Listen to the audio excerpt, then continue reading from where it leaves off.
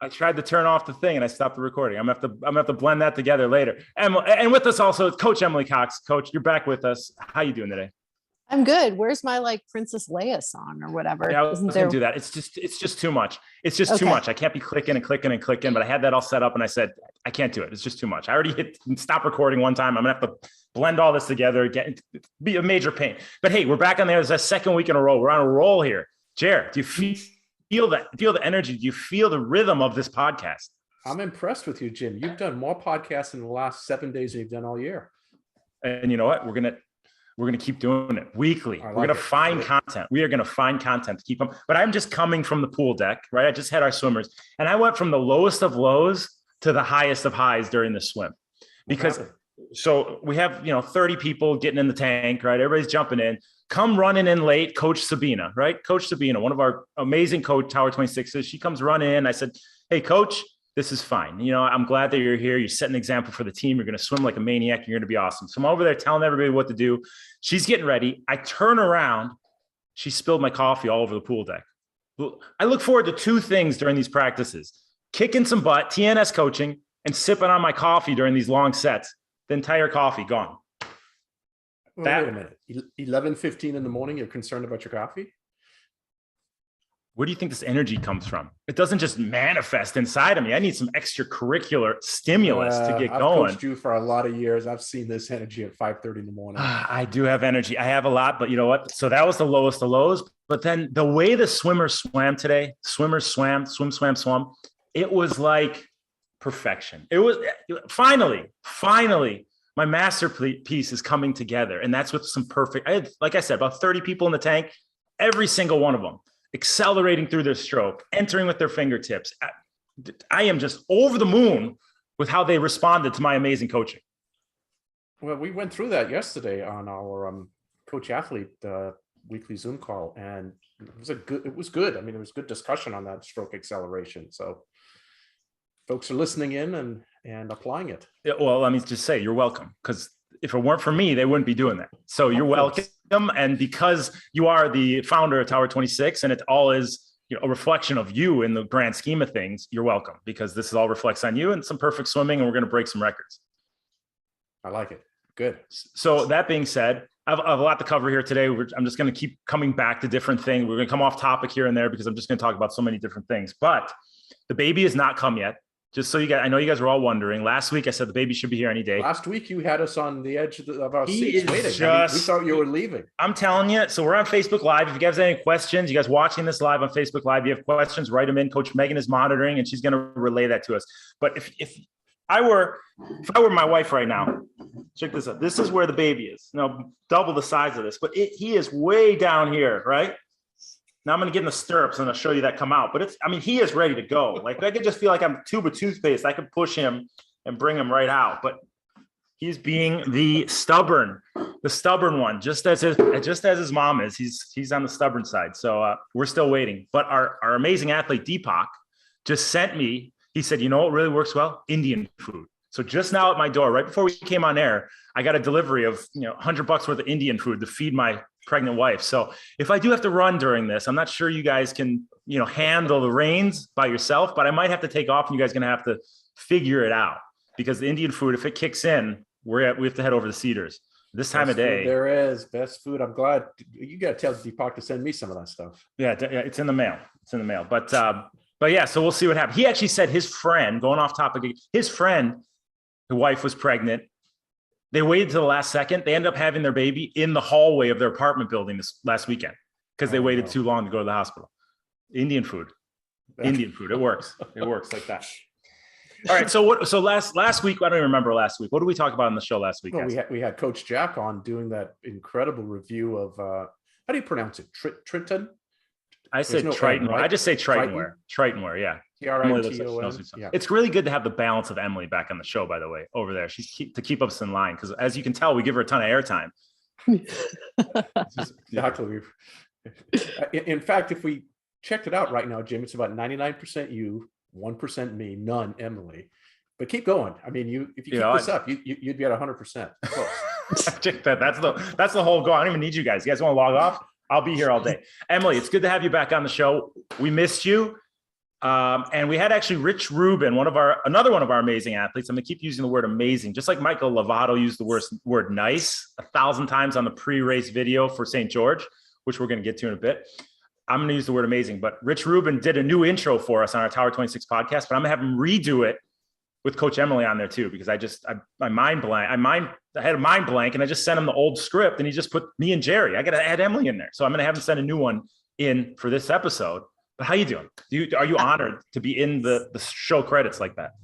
Yeah, I am. And when you said Rich Rubin, I automatically thought of Rick Rubin, who was the producer. Didn't he do like Red Hot Chili Peppers and like Beastie Boys? World famous producers, exactly. But right. He's actually a voiceover artist. So you can hear Rich on your Sunday morning cartoons. He's doing all the voiceovers. Okay, well, if he could riff Beastie Boys into the intro, I would be impressed. So, a la Rick Rubin. You know what? I'm not going to put it past him. He can do anything. So we talked about, last episode, just so you're aware, we talked about Triton where Coach Jack was on. We got to get Coach Jack a little more inflection in his voice as he leads us through this. Next time he's on, Jared, I want you to remind him a little more inflection in that voice. Yeah, you know what? I kind of like that little dry side of him. It makes you lean in more to listen sometimes. You know what? You're right. He was good. We call him the swim surgeon, and let's take it to real life. If my surgeon came in and he's like, "Hey, I'm going to cut your arm off today. This is exciting." I wouldn't want to listen to that guy. I would want a guy who's straight. You don't want inflections, especially when the knife's in there. You know what? I like you. I think you're onto something today. You're going to be here all night. So this episode, Emily, do you want to fill the crew on what we're going to talk about this episode? Well, I think we just covered the prior episode on Triton. We're going to talk about our listening countries, and then we're going to go over St. George because that's all the rage right now with that coming up on Saturday. I feel like it's all over everything. I do have one thought on that, and we'll get to that. And then workout of the week. Yeah. So, hey, I love it. What I wanted to do with this one is we'll talk about St. George, but the learnings that you take away with this, I don't want you to say, oh, this is just for St. George. I want you to bring that into your half Ironman, your Ironman. What can you learn from what we're going to lay out here to have your best race? Because not everybody's going to be racing St. George this coming weekend, but we're going to relate this to how you can have your best race.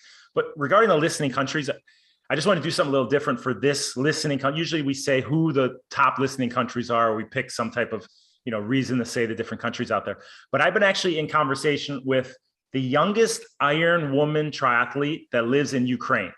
And she lives in Kharkiv. I believe she lives in Kharkiv, Ukraine. I've been talking to her on Instagram, and I want to get her on the podcast, but the language barrier might be a little bit of a problem. But her pool was actually bombed last week, and there's all these photos of the big shelling in the side, and the pool's all empty, and she has to leave where they're at. So I just want to bring her up. If you guys have Instagram and you go to let me bring it up real quick. You go to, I just had it up. Oh, it just cleared out.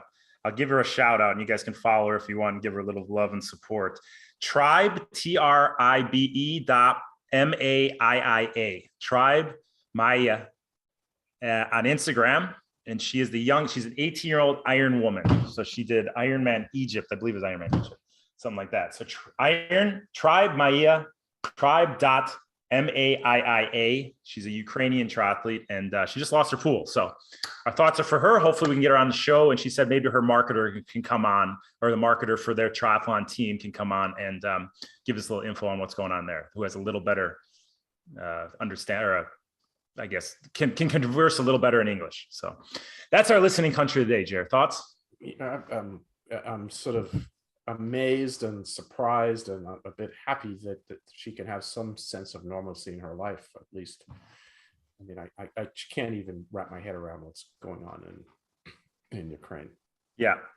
She's well, our support's behind her, and hopefully, like I said, we can get her on here and share a little bit of her story. So that being said, let's get into our St. George / Ironman race briefing. Now, there's a ton of noise. Emily, I'm going to let you start first, because I know there's something on the top of your mind that you want to talk about here. Let's get it off your chest, and then we'll kind of get into a little bit of course detail, a little bit how they're going to approach the course. So go ahead, Em. this is totally unrelated, but I just had this, it's related, but it's not related to like what we're going to talk about in terms of course and preparation, but well, it is, it's about staying healthy. And I was like, they have all those, Bob Babbitt is doing like breakfast with Bob and everything. And all those pro triathletes are like going in and like doing their interview with Bob. And I just had the thought, I think it's like post COVID, whatever, but I was like, oh my God, what if this is a super spreader? Like, if one of those people has COVID, or like, what if Bob Babbitt has COVID? Everybody in the pro field is going to get COVID. It was just a random thought I had. But like staying healthy now, I feel like is a big deal. I mean, the Javier is not doing it because he had COVID. Joe Skipper's out. Laura Phillip, like staying healthy in this post-COVID area is a big thing because it's still out there and it is very contagious. Like I feel like it's more contagious than your typical flu or cold. So it's like if anybody around you has it, like you have to be really careful. So I don't know. I had that thought and, hopefully nothing happens, but I don't know if you guys thought of that just randomly. Well, are they willing to get COVID and be on that, that worldwide stage of Bob Babbitt? He's like the Johnny Carson of trot. I'm kidding. I think they should take a step back, do Bob Babbitt after the race and let him sleep in and, stay away from all those germs. Jared? It's just, to me, it's a sign of normalcy, and that's what we've been craving for. We're back, it's outdoors, right? So it's good. And all those interviews were indoors. Yeah. That was my thing because Ironman was doing their stuff outdoors. It's warm enough. He's doing it indoors. And that's why I had that. I was like, ooh, I don't know. I think I'd wear a mask. But Bob's a smart guy, and I'm sure he's made sure that he's COVID safe, and whoever's coming in it has been shown that they're COVID free. I'm unconcerned. I don't know. It was just like a random post-COVID, maybe it's just because like you're sensitive about it, but I was just like staying healthy before a race is a big thing, and sure. like there's lots of media that they're doing and it is a sign of normalcy, but it's also like, in this post-COVID world, it's something you have to think about. I think a little bit more. Here's another idea. How about Patrick Lang sends Andreas Dietz in there with COVID to get everybody else with COVID, and then he doesn't go in for it, and he's the only one in the race. Huh? Patrick Lang isn't racing though. Oh. Well, I think he should do it anyway. The way he sacrificed him a few years ago at Kona to be the domestique, somebody should do the same thing. Or who else did that? Someone else did that too. Lionel and Matt Charbat. Matt Charbat did it as well. So, Matt goes in with COVID or Lionel goes in with COVID. The other one doesn't, and everybody else gets COVID. Jared, I'm on to something here. No, you're not. Come on. You go in the COVID. Oh, come on. Stop being silly. So, all right. So let's get into the swim. Let's break it down. Start with the swim. We're going to swim, bike, run. What are some things that athletes need to think about going into each discipline? Let's talk about pacing. Let's talk about nutrition. Let's talk about mindfulness. Let's go over these things real quick. Just give them some cliff notes. So that way, when they're on course, when they're preparing, and then over the next couple of days, when you're preparing for your Ironman, things you can take into account that might help you better prepare and better execute on race days. So let's get into the swim. The water temperature, Megan Granich was out there this morning. It was 58 degrees. Jerry's looking at reports where it says 68 degrees. So it's going to be somewhere in there. Let's just say it's going to be on the colder side. How are these athletes going to prepare for a colder water swim? That's going to set them up for a good rest of their day, biking and running, without getting too depleted in that swim. Jerry. Oh, I thought you were going to Emily there. No, I was waiting for somebody to grab the airways. You're complaining about 99%, 1%. You want more airtime, you got to just grab it. Oh, well, certainly most of the athletes have been there, I'm going to presume, all week, right? So they have been in and practicing in the lake. They know the temperature. The good thing is, you've checked the air temps and daily we're looking, I think, Emily, am I right, in the upper 80s, close to 90 for the peak of the day, maybe 3-4 in the afternoon. Yeah. So you're getting, and the low Friday is only supposed to be Friday night is only 65. So you're not looking at a freezing cold morning. Right. So what you're having are with those higher temps, you're getting, especially lake water, reservoir water warming. So I would be surprised if we're at 58 degrees on event day. I'd be, and I went through the maps, Jim, this morning, the historical weather, water temperatures for the reservoir. And it's possible. I mean, the low is 57, but there have been times where it's as high as 70. So I think if it's actually 58 that you said it was this morning, I would think by the next couple of days, given the temps that we're seeing, you're going to be into the at least the low 60s. So let's say no matter what, right? Whatever it is, yeah, it's great. It would be great. If it's low 60s, that's perfect temperature. Well, it depends, because let's give the range. If it's, our advice that we give to our athletes, that if you have water temps below 60 degrees, you do not get in to warm up, especially for an Ironman. It's too cold generally. You do want to get your core temperature up, right? So Emily, you'd go for a run like we talked about yesterday in our session with our athletes. You'd go for a light jog and with your wetsuit at your waist, and then you would pull it up after. How long the jog? As close to the start of the race as possible. 10 minutes is enough to get your core, 8 to 10 minutes, plenty to get your core temperature up, wetsuit at your waist, and then you pull it up right after. If you don't want to, you got to get a sweatshirt on, but because you want to keep your core super warm, you can then do some stretch cords, or you can do the stretch cords right before you go for the run, do the 8 to 10 minute run. And then right before, depending on how the heats are corralled, you can get down to the water's edge. You want to get your head into the water and get rid of the ice cream headache. Now, you can do that right before your heat goes off. You can even do that before you go for the run. But the key is you got to get the ice cream headache out. So this is for temps below 60 degrees. We don't advise getting into warm up. To swim warm up, that is. Above 60, 61, 62. And again, this is fairly variable, because there's some athletes that are so slender, even at 61 or 62, they're going to be still super cold, right? So it is fairly individual, but we got to, if we're going to give a number, that number is 60, right? So now you're in the low 60s, let's say on Saturday. I think if you have the opportunity to get in and swim, you should. But it still doesn't negate that you should do, because even in the low 60, water temp is still cold. So you should still do your 8 to 10 minute jog. You should still do your stretch cords if you've been practicing these things. It's that simple. Don't make it complicated. But you can't skip that warm up. Don't sit in the transition and just let the noise, eat at you the whole time. Get your stuff done, get out, get down to the water, and get that warm up in. Yeah, because a lot of that stuff gets into your head, and you start thinking, the mind tends to do tricky things on event day, right? To most folks. Emily? Yeah, and you're watching. What's the thing you hear the most at the start line of any and every race? It doesn't matter, Emily, if it's 100 breaststroke or if it's an Ironman. What do you hear at the start line of every race? Excuses before people go off. Self-deprecating behavior. Exactly. I had a cold 3 weeks ago. My elbow was hurt. I mean, that's all you hear. It doesn't matter the level of athlete. It doesn't matter the gender. It doesn't matter the age. It's just a chatter. So stay away from that noise. Go get warmed up. Yeah, it's like less thinking, more doing. Like, go do something, get away, put on your headphones.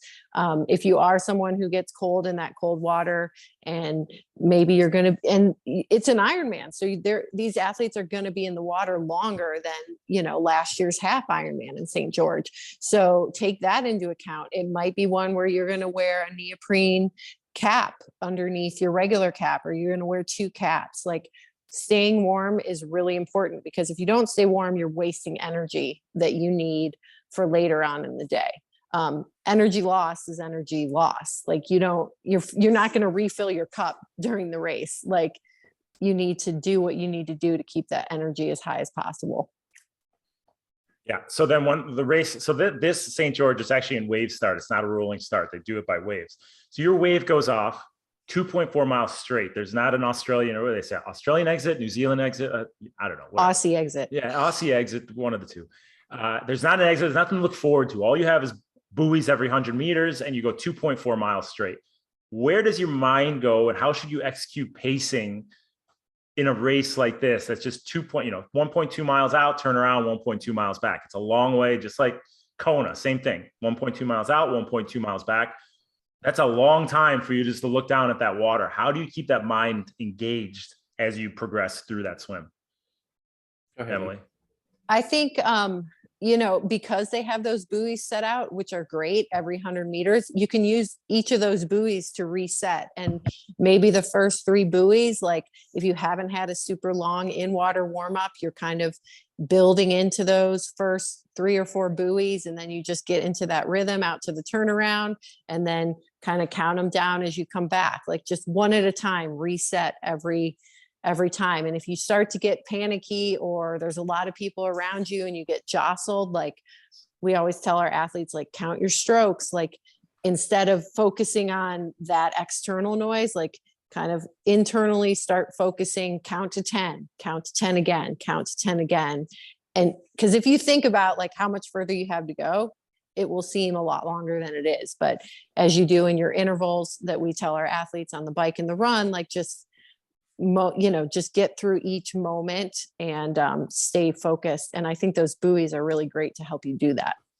And Jim, as you know, if you have low water temps, right? Let's couch a degree, 62 degrees and lower, and you have a slightly cooler morning that's in the 40s or 50s, so, right? So it's a little cold. And at the beginning of a race is anxiety. So you want to make sure that you manage your effort pretty carefully at the beginning, right? Especially if you didn't get into didn't do a warm-up one, a very effective one, because cold water, cooler air temps, anxiety, start getting that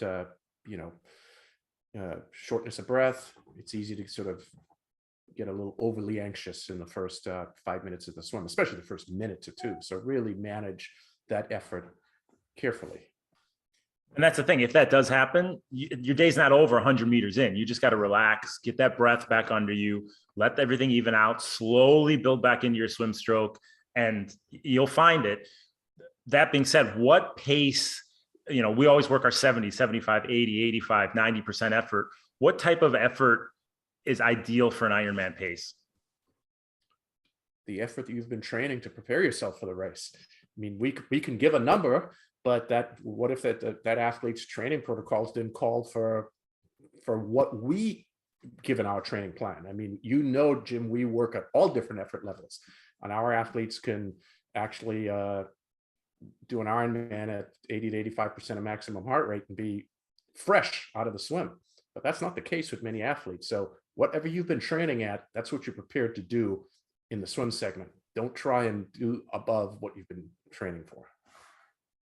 Yeah, especially on a day like an Ironman that is that long. Like you're going to be using energy, like that anxiety creates energy. So like building in is super important, and just staying calm. And there's no like race day magic that makes you outperform your physiology. Race where you train. It's just a long training day with lots of people and special aid stations. I think we have to get a quote. We have to put that quote. We've got to put that quote up, Jim. Race day physiology. Could you say that again? I like it. Oh God, there's no special race day physiology. You can't.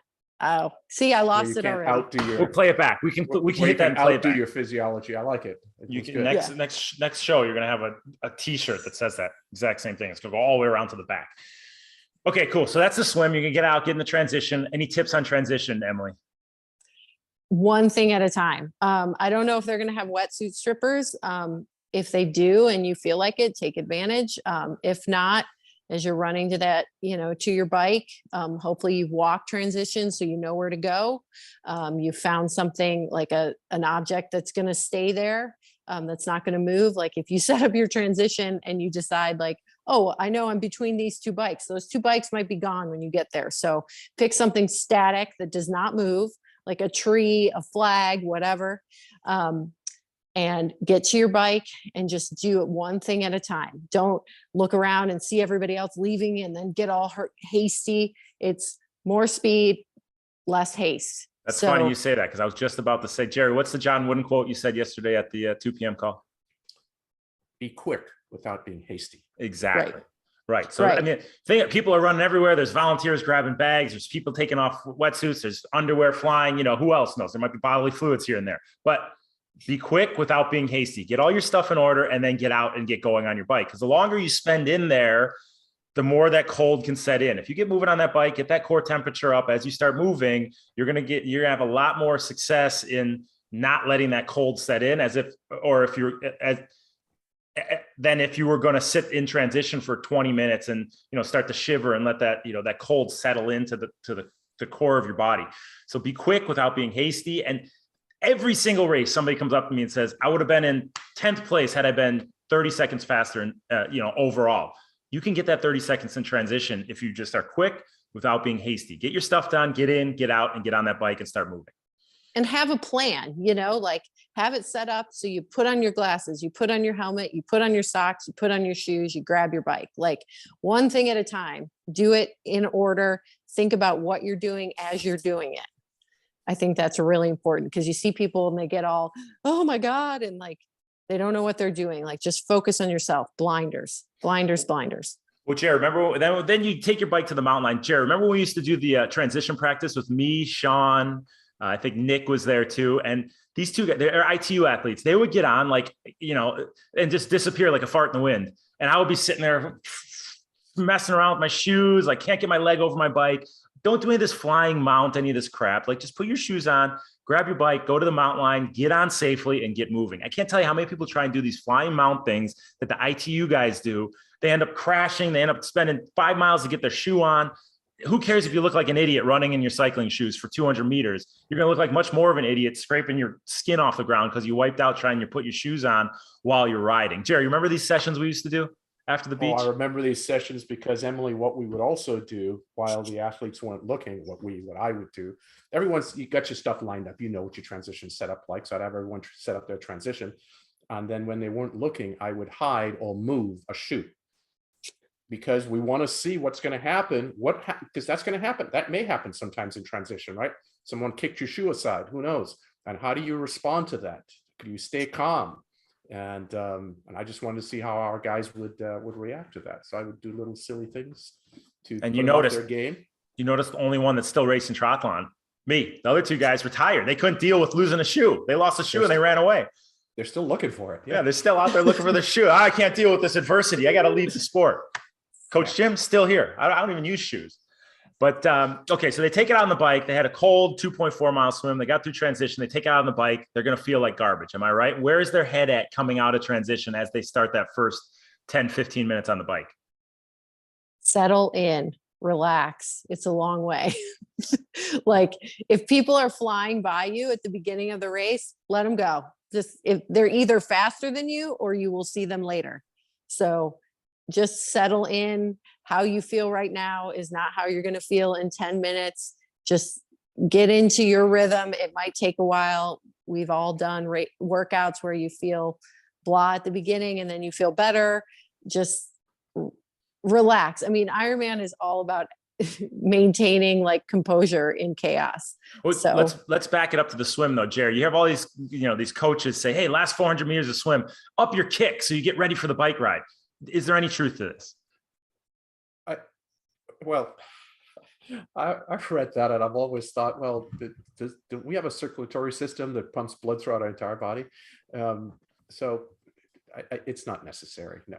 Yeah, you know what it does? It makes me feel like death the first 15 minutes on the bike. So either way, you're going to feel like crap. I think that just ups the likelihood you're going to feel like that much more crap as you get those legs moving. Because no matter what, you're going to have to take that time to settle in. Like Emily said, settle into the effort. Once they do settle in, Emily, what type of effort you think the well-trained age group athlete should be looking for on an Ironman bike course?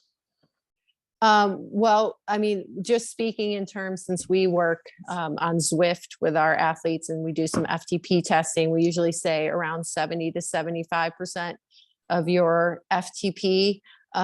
It's obviously going to depend on heat and wind. I'm a true believer of like, you need to know how that feels, because some days you might be a little bit on the lower end and you can't be like, I have to hold 162 watts or my race is going to crap. You just need to know that feel. I like to explain that feel as like, it's kind of your all day, I could hold this forever. Aerobic, like I could probably talk. I'm not going to be like breathing super, super hard. That's the kind of effort you want to be holding. And, I think if you're breathing super, super hard and you're really nailing it at mile 10, mile 90 is not going to feel so great. So you always want to ride for mile 90. How you feel at mile 10 is very different than mile 90. So conserve. Conserve, stay within yourself. And I think it's always good. Yeah, sure, you go to it with a power number, but you have to know how the heart rate lines up to the power, especially in a race like St. George or later in the year when we start going to Kona, when the athletes start going to Kona, or talking about Kona, you have to know where your heart rate lines up with your specific power or with your effort. Because if the heart rate decouples, if the heart rate comes off of where that should be, say you're trying to hold 200 watts and your heart rate at 200 watts typically is 145 beats a minute. If you're holding 200 watts, mile 85, and that heart rate starts coming up to 155, 160 beats a minute, you have to take note of that and back down the effort until that heart rate comes down into that range that should be at that 200 watt range, even if you have to take your foot off the gas pedal watt wise, because if you're spending those beats on the bike, that's energy you're not going to have on the run. And I think there was a good interview with Sebastian Kienle, who's won Kona. He won Kona twice or just once? One time. And he said his success in Kona is because he paid attention to the heart rate over power. And as soon as that heart rate started spiking in the heat and the humidity of Kona, he dropped the power and got the heart rate back in check. And that allowed him to have a successful run. That also allows you to be able to absorb your calories too, this is an Ironman, you need to eat and drink.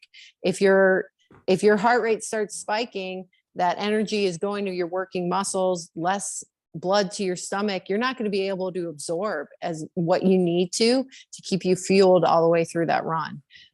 So it's really important to know, like, heart rate, which I kind of correspond with that feel. Even if you're not wearing a heart rate monitor, I think you should have a feel, like we know when our heart rate is going up, right? So heart rate, feel, and then power, and kind of triangulate around that. And if something starts shooting off wrong, like, you got to pay attention. Like, again, there's no race day magic that you just start outperforming your physiology. Like, doesn't happen. It is what it is. And then on that same note, nutrition, it's all dependent on the individual. Some people could absorb more nutrition. Larger individuals need, smaller individuals need less nutrition. Large individuals need more nutrition. But what is that? Do not interrupt my question, pups. But, Jared, we always talk about nutrition, how important it is. If you can swim, bike, and run all day long, but if your nutrition is off, all that swimming, biking, running, training, all the time away from your family is for naught, because nutrition's off. So you got to make sure that you've been practicing exactly what you're going to do on race day, session after session after session. So you go into race day and there's no question. It is what it is. You know exactly what you're going to do. Yeah. To your point, this is the World Championships, right? So you would think that these athletes that are participating here have been doing this in their training leading up, and this is how they're going to execute it on event day. Do you think the cold will have any impact on what they should do nutrition wise? The cold of the water? Emily, Jerry, anyone? That could be, depending on how cold you are. If you're shivering, that takes energy. So you might need a little more hydration and nutrition. Again, that's something where you have to pay attention to how you're feeling. Like, is your stomach rumbling? Are you getting hungry? Or is your stomach like getting sloshy because you have a lot of liquid in there and you need to let it settle? I think that's all things that you have to pay attention to. I think it's going to be really individual. That's why you can't say there's a blanket, like 90 grams of carbs an hour, everybody. It's very individual, but being cold takes energy, just like being hot. And one also, Jim, tends not to want to generally intake calories when it's as cold. And you have to remember, you just did a 2.4 mile swim. So point is, you've put out quite a bit of expenditure. And if the water's cold too, you've even put out more expenditure in staying warm. So you really need to stick to your caloric plan. This is why I always say 2 men, 1 brain, because I was just about the same thing. Actually, coming back to Sean Jefferson, he did a race. I forget where it was. And it was raining in the race, and he started cramping really bad on the run. And it was because on the bike, he neglected to take in the electrolytes that he would usually take in, because it's raining. I don't need that much hydration. I don't need my electrolytes because of the rain. He just neglected it. And it still had an impact on the run. Just because it's colder and you might not feel like getting it in, you might not think you need it, especially later in the day when the temperature is starting to get up into the high 80s, low 90s in this dry heat.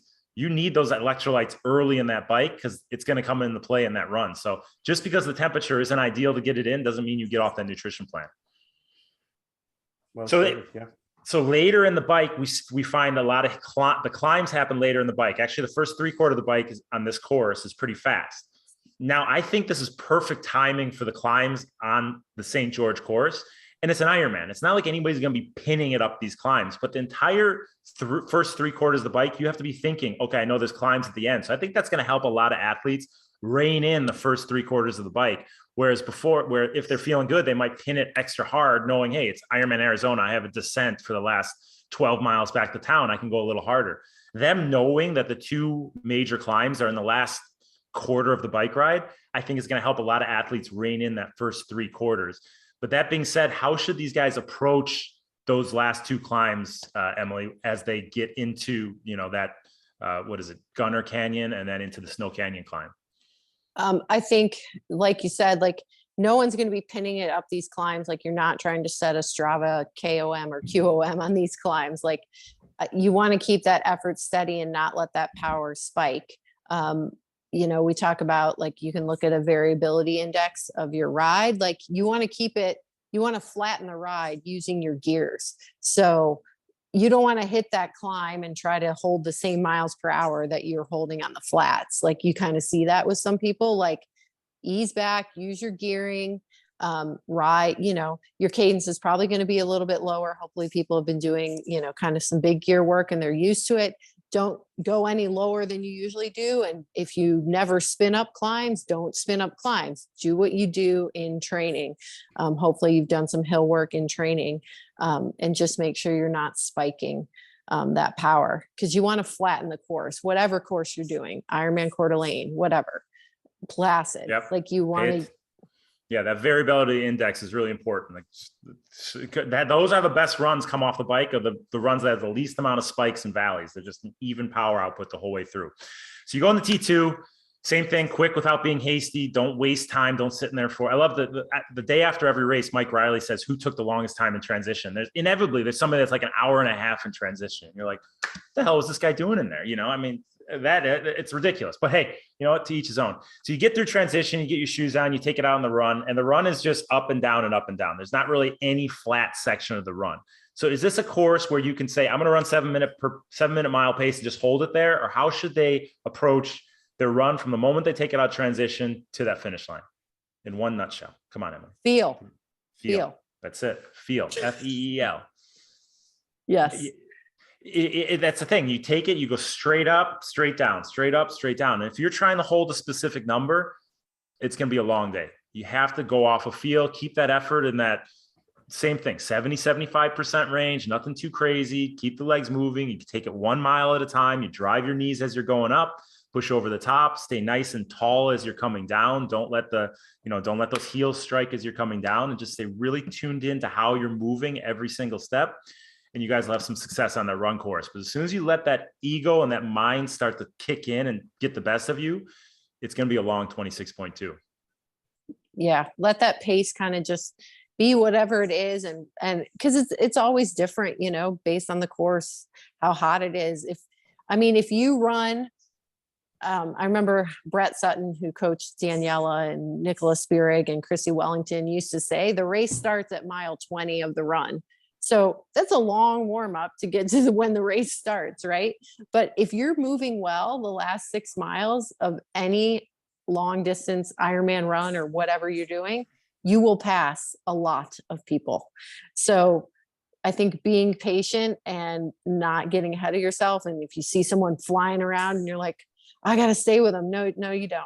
They're either faster than you or they're going to blow up. So, yeah.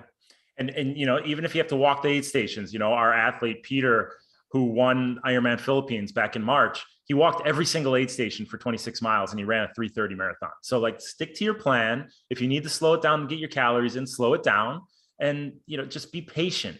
Because like you said, the race doesn't start until that back half. If you have energy in that back half, you're going to have a really good day, and you're going to have a good taste in your mouth when you finish, and you're going to say, hey, when's the next one?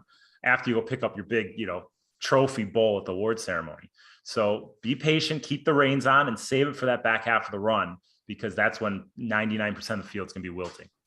Right. And Peter, in the Philippines, super hot. So taking that time in the aid stations, it's really not that much time that you're going to lose to slow down and get ice, put ice in your hat, put ice I used to hold ice in my hands because you know how if you stick your hands in a cold pool when it's hot out, like you instantly kind of feel cooler.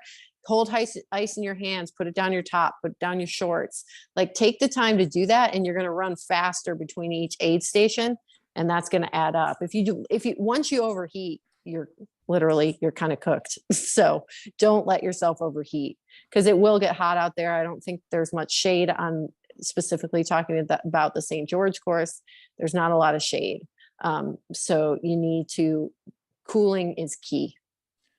Perfect. And mindfulness, just take it 1 mile at a time. Don't get ahead of yourself. As soon as you start looking at it into big chunks and say, how the hell am I going to run 15 more miles? Forget that. Just say, I'm just going to run 1 mile to the next mile, to the next mile. Don't get ahead of yourself. As soon as that mind starts to beat you with those big chunks of time or those big chunks of mileage, that's when things can start spiraling downhill. Just run 1 mile to the next, reset each mile, reset each aid station, run to the next one. You have a successful day out there. Jared, anything else you want to recap here? What did we forget? Well, it's not what you forget. It's really what you said in summary. Don't do things you haven't done in training. Apply those training methodology to your race and stay within yourself.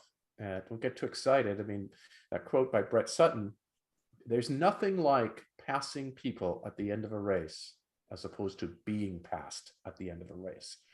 So one is so psychologically draining while the other is so psychologically uplifting, right? But that requires tremendous patience and carefully mapping out your plan and sticking to it. Well, that was my next, dude, I'm telling you, we are on the same page. It's unbelievable because every single Tower 26 athlete before they go into a race fills out one of these and then they go over it with their coach. It's a basic race plan. It's just a document. It says, gives them, they put some detail about the course, talks about their nutrition, talks about their pacing in the swim, bike, run, how they're going to warm up, their mindfulness, just like a professional football team goes into a game with a game plan. You should be going into a race with a race plan. From there, things happen and you can adapt as you go, but at least you have an outline as to how you're going to execute throughout the day, both from a nutrition, a mindfulness, and a pacing standpoint. And then you can go out there and you can apply everything you've been working on in training on race day, and you're the best prepared to do so. So hope you guys learned something there. Hope you came up with a good idea as to how to approach your race. And if you guys have any questions on that, write us contact@tower26.com. Maybe we can get into some more of those questions in the further episodes. Emily, did we miss anything? Workout of the week. Or no. Are we? No. Did we miss anything on that last segment? Oh, no. I was getting ahead of myself. See, don't do that on race day. Hey, run this show. I'll tell you what's next in show order. You tell me if I missed anything there. I think we hit it all. Yeah, I think that race plan document, it really gives athletes kind of a feeling of control over your race and having a plan, and you just execute it. And it just makes you feel more comfortable and more in control, like, how the beginning of a race, you're waiting to start and you're just like, I just want to get going. So I'm in control. I think that race plan breaks everything down and you just have marching orders all day long. Well, I used to do the plan for our athletes. Every athlete I do the plan for. And then I said, why am I doing the plan? I don't go in. When you're in school, you don't go in and you don't do the test. Teacher doesn't do the test for the athlete and they just go, the student they just go read it. The student has to do the test. So I make them fill it out and then they send it to me and we go over it. And granted, looks like Coach Jim is trying to get out of some work. I was spoiling you by doing it before, but I found by them doing it, they absorb it that much better. And then we go over it together and we talk about anything that we need to talk about. But yeah, so it's not me trying to get out of work. It's you guys absorbing what you're doing. Well, it makes the plan more mindful, right? If you do the plan yourself. So yeah, you do your own homework. Your parents don't do your homework for you. I mean, I'll do mine for Madeline because I love her, but usually that's not the case. Well, we will get to the workout of the episode, but first I want to talk about the Santa Barbara Triathlon. It's going back to the 2-day format, August 27th to 28th. Jared, have you heard about this? I've heard about it. You told me last week. Santa Barbara Triathlon 2-day format, August 27th and 28th. August 27th, we have the long course individual race, the youth race, the relay teams, the aqua bike. The 28th is the short course race, the women's only race, the parent and child race. Jared, what's the women's only race mean? How does that work? I love did you watch that parent and child race? I know I'm stealing your thunder here. No, That thing I is said just that. amazing. And I said it last time. It was just the most inspirational thing I've it's seen the triathlon. it's really, when you look at all the photos of that, they're just, the kids are so eager, the parents are so happy to be with their children. Yeah. And, doing the event with them. What makes it a little more fun this year? Last year we had to do it 1 day format, so it was whatever. We still had 100 people racing it, but this year I think we're gonna get a lot of people who do the Saturday race go into the Sunday children parent race and Right. do that as a fun family event. And that's what Santa Barbara is awesome about, because it's a destination for these people to go. And like I said last week, I say all the time, it is the most scenic race I've ever done, and just a beautiful environment for a race. Extremely competitive as well. I mean, there's athletes from first-time triathletes all the way up to professional athletes racing it on an amazing course. So August 27th and 28th.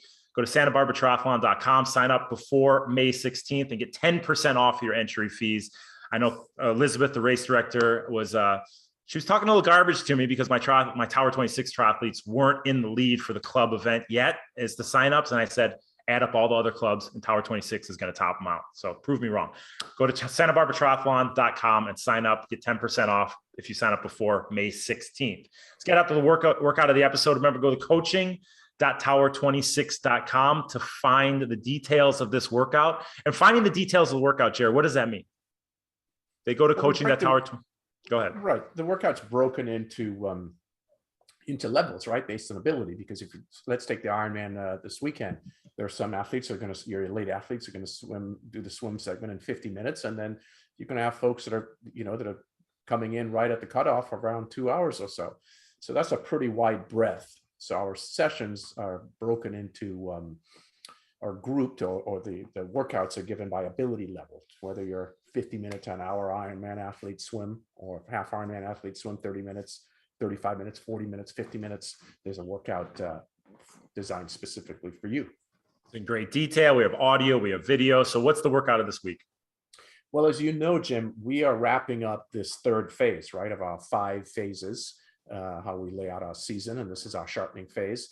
So there's more emphasis on working different gears, different effort levels. There's a little more power built in, speed, and so on. So in this particular workout, we actually have 2 main sets. And the reason for this is that we are getting ready to redo, Emily, I believe, our 1,000 and our 100 time trial, right? Which we did at the beginning of the phase 2, our foundation phase. So we've concluded our foundation phase. Now we're into this little much shorter sharpening phase, where we get our athletes ready to really swim fast for a 1K and the 100. So this particular workout, you have about a 2.5 minute swim. So that could be a 200 for some athletes, a 175 or 150, depending on your level. One of those, 80% effort. So we have to note the effort levels as we go through these. 80% effort for that first swim, 30 seconds rest or so. And then you're going to go into a handful of 4 50s, and those 50s are going to be varying efforts of 75%, 80%, 85% on the fourth one, 90%, completely out of your comfort zone. 15, 20 seconds rest in those 50s. And then we're going to go into 425s after that. And those are going to be all super fast, high cadence, lots of force, big power. Use your tempo trainer. We've been working with our athletes with using those. And your tempo is going to typically be, especially for these short bouts, anywhere from 15 to 30 strokes a minute higher than what your normal, say, Ironman or half Ironman cadence would be. So 2.5 minute swim, 80% effort, 4 50s, progressing effort, 1 through 4, with the fourth one being the highest effort, and then 4 25s very, very fast. Bracket that 4 cycles through, 4 rounds. So that's the first main set. Then we have a little recovery pull to get heart rate down and get you ready to perform your second main set. And this second main set is mainly to get our athletes ready for the 100 time trial. So we're doing a handful of broken 100s, and that simply means you'll take the distance. And in this case today, we're doing it broken just at the 50, where you'll swim a 50, take 10 seconds rest, you swim the second 50. And we've outlined, which you can go to tower26.com or coaching.tower26.com and see how we've outlined it for our athletes to do that 100. So what this really is, it's a mock swim with a break in between. So you're mocking up how you're going to do your 100 when it comes to event day. Take a nice big long break after the 100, and we're going to do 4 or 5 rounds of those also. So it's a good one. Repetition. And like you said earlier in the show, like we constantly work those different effort levels. And I think it's key that you really, really find what's 70%, what's 75, what's 80, what's 85, what's 90, what's fast. And you work through those effort levels, and that's what leads to successful swimming. So we hit all those efforts in this one. And like I said, I just came off the deck from coaching this one, and we had some amazing performance because our athletes were totally mindful of the efforts and mindful of their stroke while they were executing. But you asked a notable question earlier on about what effort should someone do their swim at, and I answered it, well, the effort that you've been training at, because if you're not doing these types of workouts where you have been able to identify different output levels, and you're swimming generally, which many triathletes do, static state effort, where you go to the pool, I've only got 35 minutes on my lunch break, let me get my swim in nonstop. Well, that's one effort typically, right? So you can't go to event day and race at a different effort. You can't race above that output, that's for sure. Well, without creating great damage. Exactly.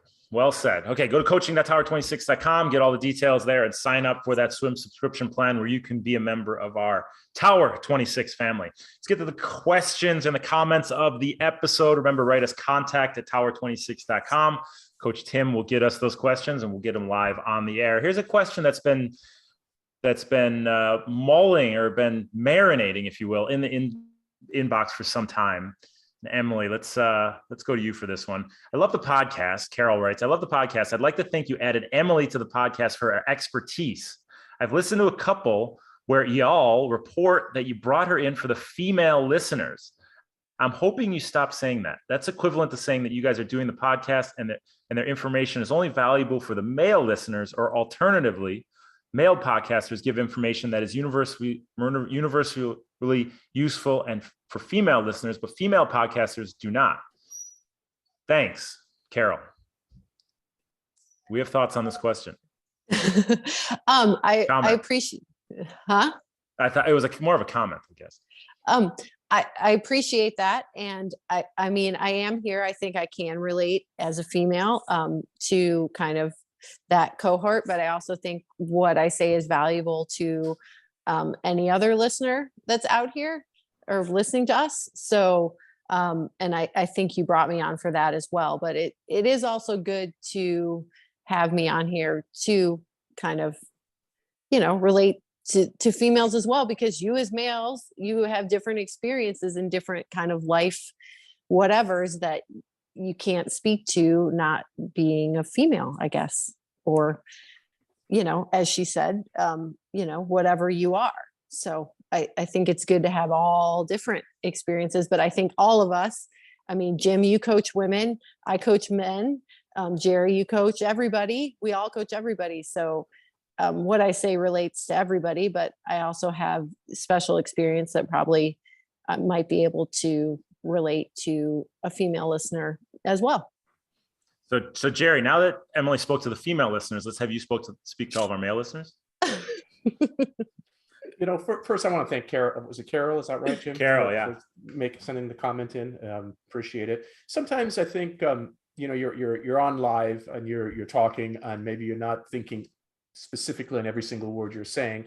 And I think Carol sort of parsed our words there a bit and pulled out what I think to be the negative of what we said, which is what we did say. But the intent was we're bringing in a female, and in this case, Emily, but obviously for knowledge, because we wouldn't bring in someone without knowledge. And the value of it being Emily is that, to your point, Jim, it's been two meatheads, you and I, going at this for several years.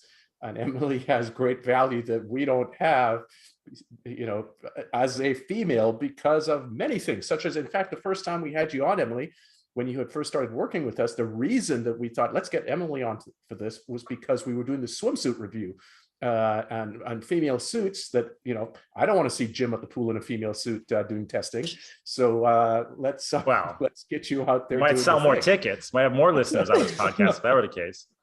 So the intent on our part was good, but Carol pointed out a good She slapped you on the hand, Jerry. She slapped Be you on more the hand. mindful in the words that we use. So I get it. We'll do And that. that's true. I mean, I will do that. I know you're not going to, but I will. Well, in today's, it's hard to do in today's culture because there's so many different words that we should be using that are correct nowadays with all, the male, female, non-binary, all that. And just got to get in the habit of saying the right thing. And that doesn't always come out, but the intention's there. That's what we're trying to say.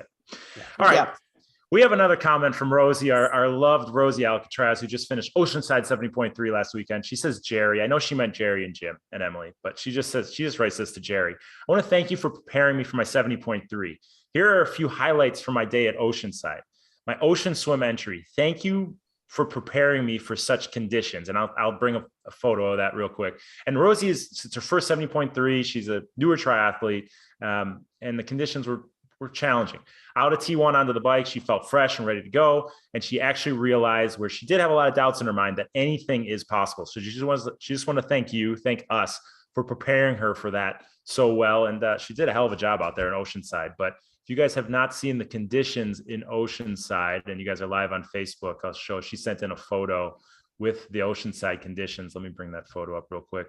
Emily, I don't know if you saw this, but I might have. There were some big sets that rolled through. She's actually in this one. She's one of these she's one of these purple caps right over here. I think she's the purple cap right there on the right-hand side coming up to that. What would you say that face is there, Jared? 6-7 feet?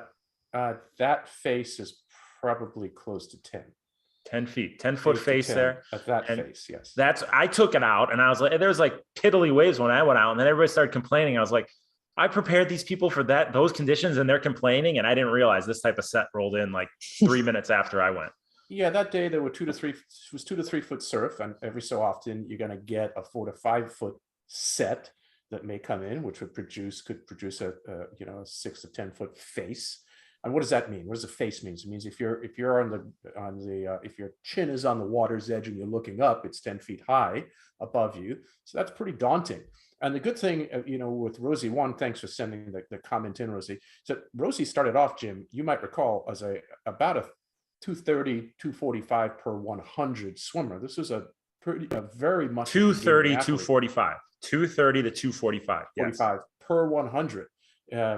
So her improvements have been significant, obviously, but she came to those beach sessions consistently, knew what to do in surf like that, how you would enter, if you should wait, if you should not wait, what to do when there's a big wave and so on. So to your point, she had her checklist. We went over that checklist, especially for race day, because you did an Oceanside preview for the race, and we told athletes how to prepare if there was big surf, and she executed as according to the plan. That's it. And she finished strong and felt good about it. Had a good taste in her mouth. She can't wait for the next one. So remember, guys, write us contact@tower26.com and we will get those questions read live on the air. So write us there. Have no idea what we're going to talk about the next episode unless you have an idea, Jerry. You have any idea what we're going to talk about? You are never short of things to talk about. So I know you will have something for us. I am on it, baby. Every week we're coming out with one of these. 52 weeks straight. Let's see if we can keep it alive. But if baby boy comes, like I said, you guys might be on it yourself. But Emily, what? How about we can talk about everyone's successes at St. George because they paced it correctly and prepared as they should. Emily, who do you got? Who's winning? Who's Give winning? Me the top, male, female.